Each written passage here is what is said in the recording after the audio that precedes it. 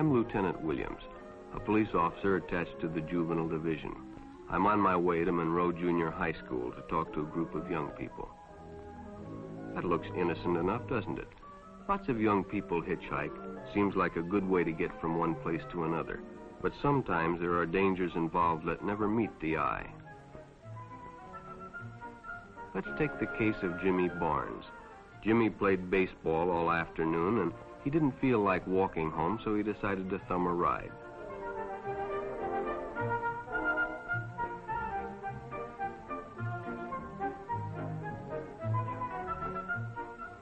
He'd done it 100 times before, and he didn't think anything was unusual when the driver struck up a friendly conversation.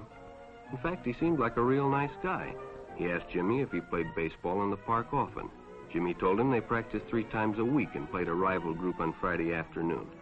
The stranger was a good listener, too, and it only seemed minutes before they pulled up in front of Jimmy's house.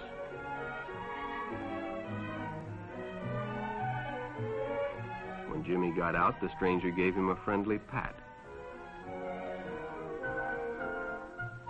Then he told him he'd see him again, as he always drove by the park on his way home.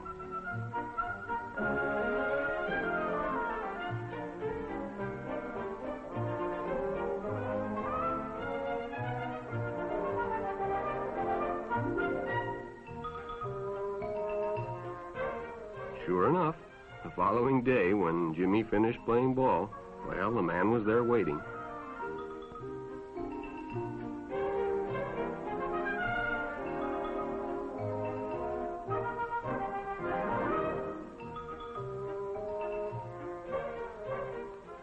They stopped at a drive-in, and the stranger treated him to a Coke.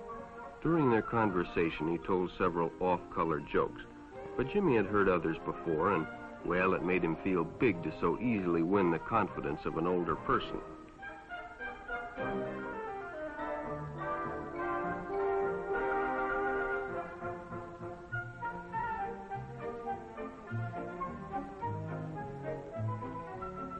The following Saturday, they went fishing together.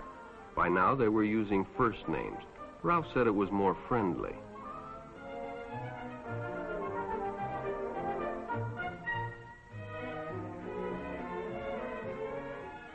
Jimmy hadn't enjoyed himself so much in a long time. Then during lunch, Ralph showed him some pornographic pictures.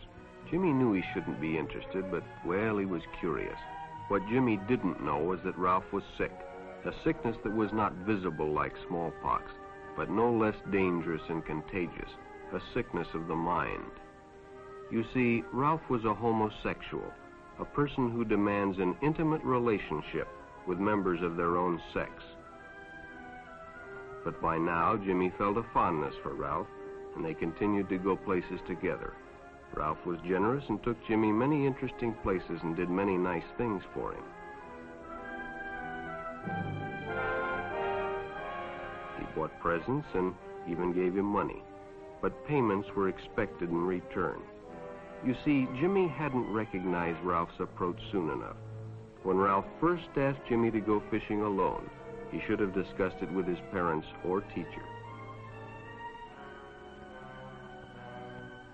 Finally, Jimmy told his parents, and they reported it to the juvenile authorities.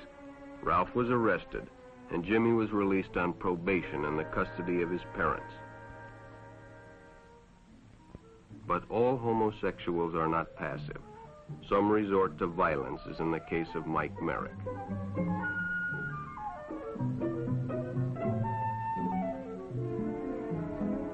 In the heat of competition, no one noticed the man who sat and watched. And when the game broke up and the others left, Mike decided to stay and practice a little longer.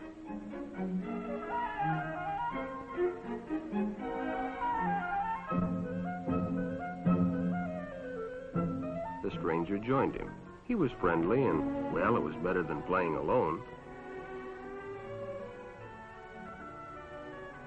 But after a few shots, Mike realized he had already overstayed his time and suggested he better leave.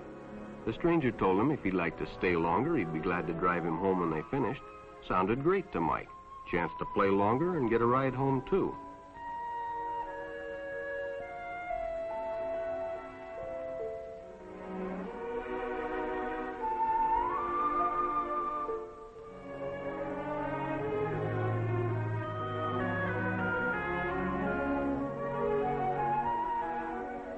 finished, the stranger told him he'd make a fine player someday if he got lots of practice. The companionship, the praise, the friendly attitude dispelled any misgivings Mike might have had about going with a stranger. He probably never realized until too late that he was riding in the shadow of death. But sometime that evening, Mike Merrick traded his life for a newspaper headline.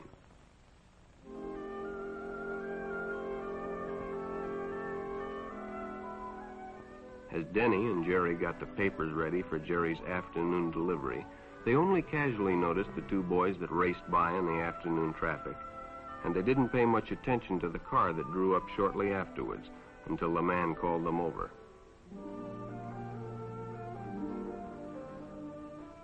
Had two boys been by on bicycles? The boys nodded they had. Could they recognize them if they saw them again? Well, Denny guessed he could. Then hop in, the man said. Those are stolen bikes. Without giving it another thought, Denny got in and the car sped away. Jerry watched. He'd been told many times, if a friend got in a car with a stranger, to write down the license number. It didn't seem to apply, but, well, fortunately, he marked it down.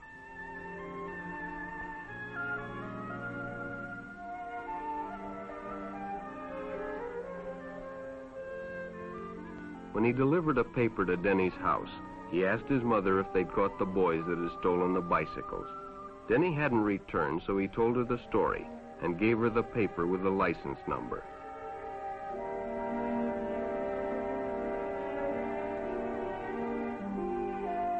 Being a careful parent, she decided to call the police. Jerry supplied the necessary information, and the stranger's car was quickly spotted. It was a good example of how important it is to always get the license number and description of any stranger who takes a young person off alone, no matter what they tell you.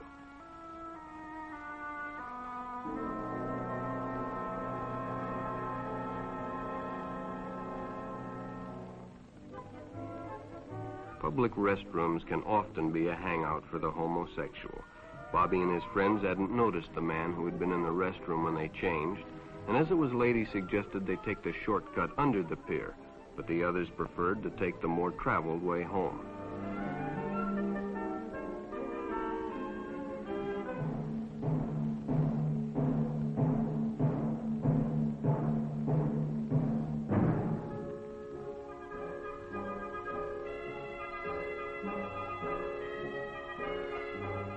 When Bobby recognized the stranger as the man in the restroom, the shortcut under the pier didn't seem like a good idea at all.